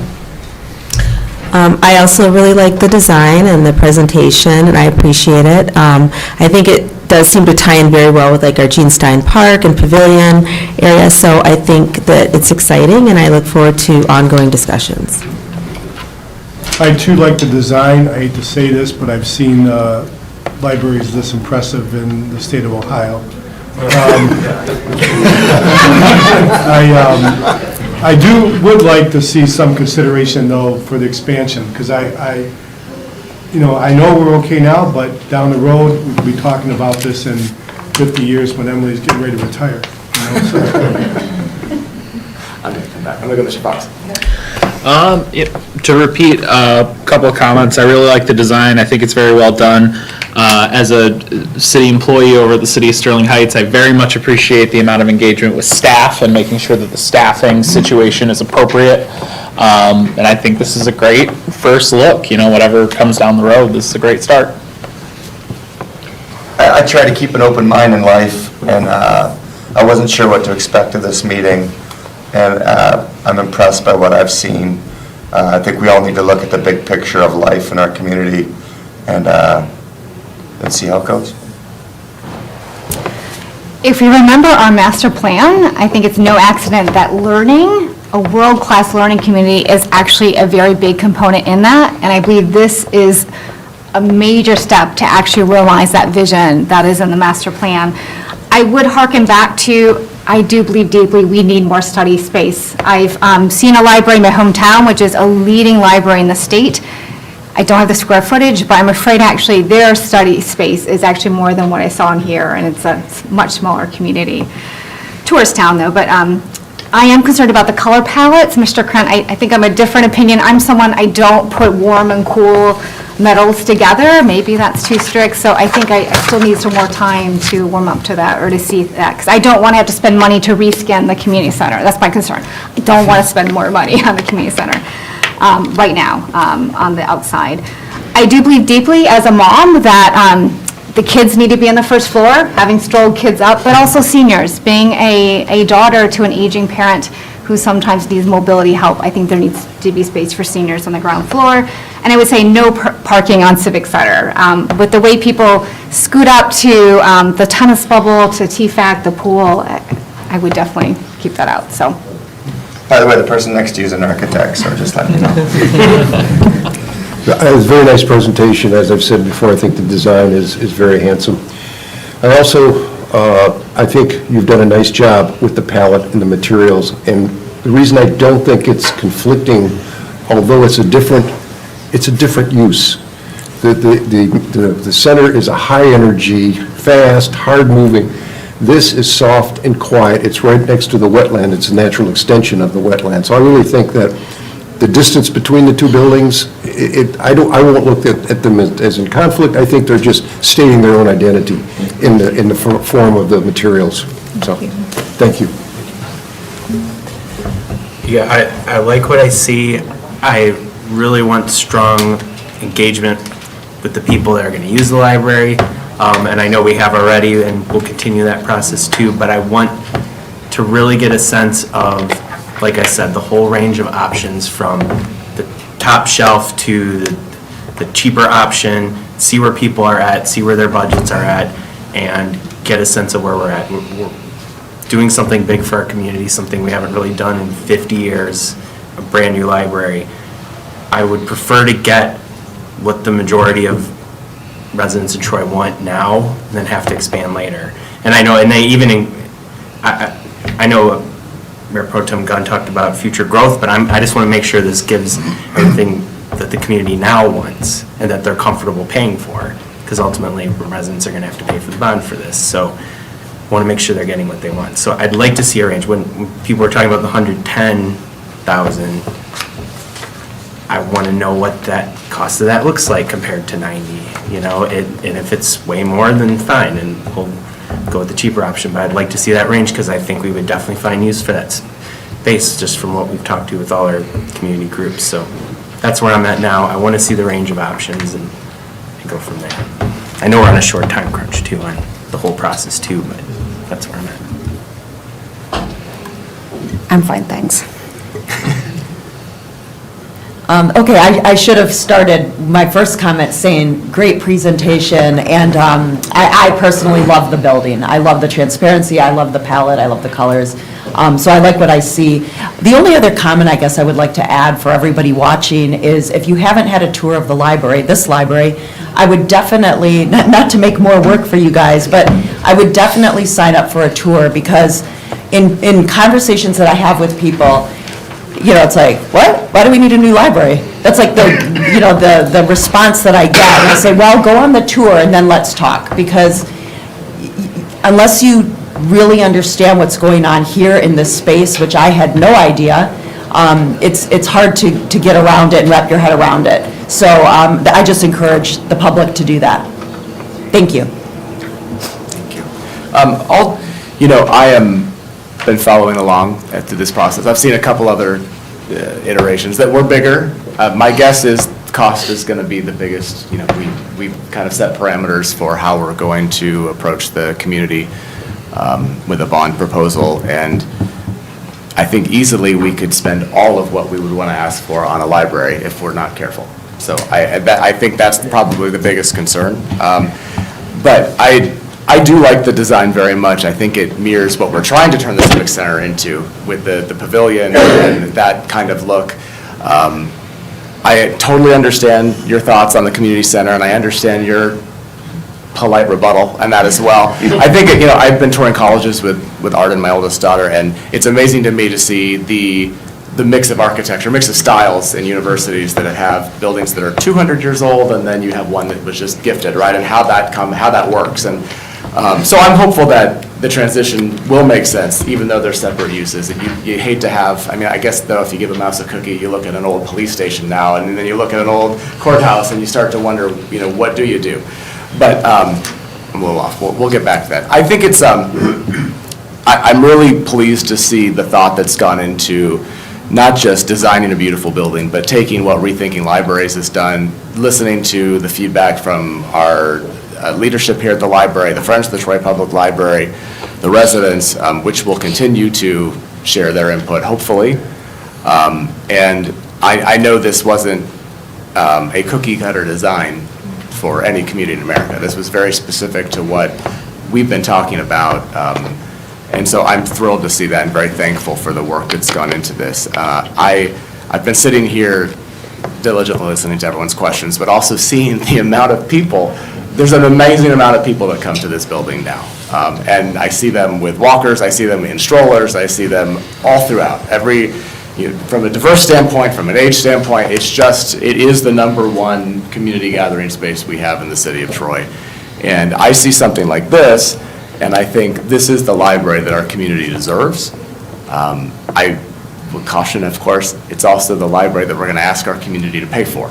So, and those are often can be two divergent things. So I'm excited to continue to talk about this. The timeline at the end seems so long from now, but I understand what it takes. And I know that based on what I've seen thus far, we'll continue to have really good engagement in the community and with the people that need to have their seats at the table and their voices heard. So I think the point of tonight's meeting was to get us all in a room to kind of talk about some of these things and to give us essentially a thumbs up to, it looks like you're headed in the right direction. So I think that's, with the nodding heads, that's what I feel and that's what I've seen.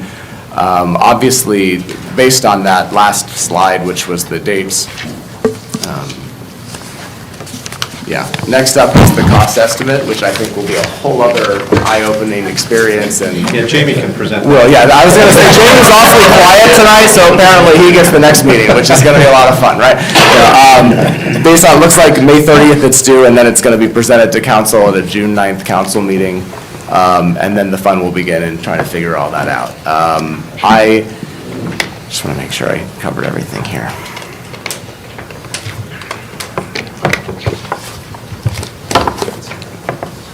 Yeah, I kind of did. That's basically, that's what we have tonight, everybody. We are, again, thank you, Peter, and I guess I'll thank you too, Jamie, for sitting here. You sat there very nicely. But I do want to thank the community that's here, the members of the public that are here and engaged. And I know that you'll continue to be engaged both in person and online. And please don't hesitate to ask, continue to ask questions. Just to clarify, this presentation will be on our meeting archive? Yes. That's usually where those get put? Yeah, we wanted to, have the unveiling. Yeah. But yes, it'll be put out so all the residents, everyone can look at it and view it, so we'll have that out. Awesome. Okay. And Emily, remind me where again, how people can sign up for a tour if they want to see it? Yeah. I would encourage everybody to take one of these brochures that we have. We threw a lot of information at you. This has the current issues and future plans. This gives a breakdown of everything. And on the back, there's a QR code that you can scan, or you can visit our website. All of our May tour dates are on the calendar. You can sign up there. You can always reach out to us too, and we're happy to set you up for a date as well. Awesome. Thank you. Okay, well. Mr. Mayor, if I may just yes, say please. one thing. Thank you, council and planning commission and public for being here this evening. Your comments and your questions were very helpful. I appreciate them very much, and we look forward to continuing on and achieving this great project for the community. Thank you. Thank you so much. That concludes the business day and the special meeting notice. We don't have any other business tonight, so we are adjourned.